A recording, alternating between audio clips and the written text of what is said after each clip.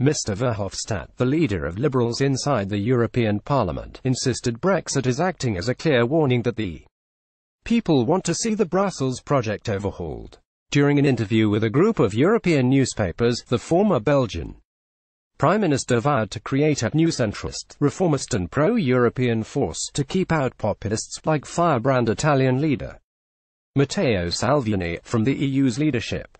Mr. Verhofstadt blamed Brexit on a distinct shift to euroscepticism across the bloc ahead of the European Parliament elections in May. When challenged on the changing discourse, he said, because of Brexit.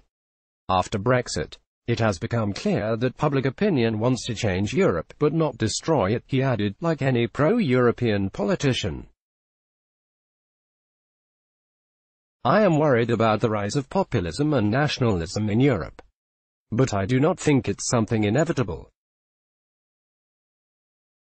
Quite the opposite. I think it is possible to fight them and defeat them, as we have seen in several countries. But that requires a new vision and a certain passion for this new Europe that I defend. We must counteract those forces because now they have a new speech. Now they say they do not want to destroy Europe, they just want to change it from within. But the changes that they want suppose the destruction of the EU because they want to return to the dominance of the nation-states and not the European cooperation. But Mr. Verhofstadt urged his European counterparts not to write off winning over populists because the people who vote for them are afraid and troubled.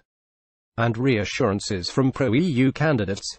Guy Verhofstadt warns EU will not survive unless Brussels changes its politics. Image Getty. He said, they are from the middle class and they feel victims of globalization or they fear the impact of migration in their neighborhoods, and those problems must be addressed by offering alternatives. But populists have no solutions, they just try to spread fear to get more votes. Salvini, deep down, expects more migrants to arrive because that would give him more votes in the May elections. We will try to build a new centrist, reformist and pro-European force, which will be the alternative to fight against populism and nationalism. But at the same time it will be the alternative to the status quo of the last 40 years, if we do not break it and generate passion for a new Europe, which is not technocratic,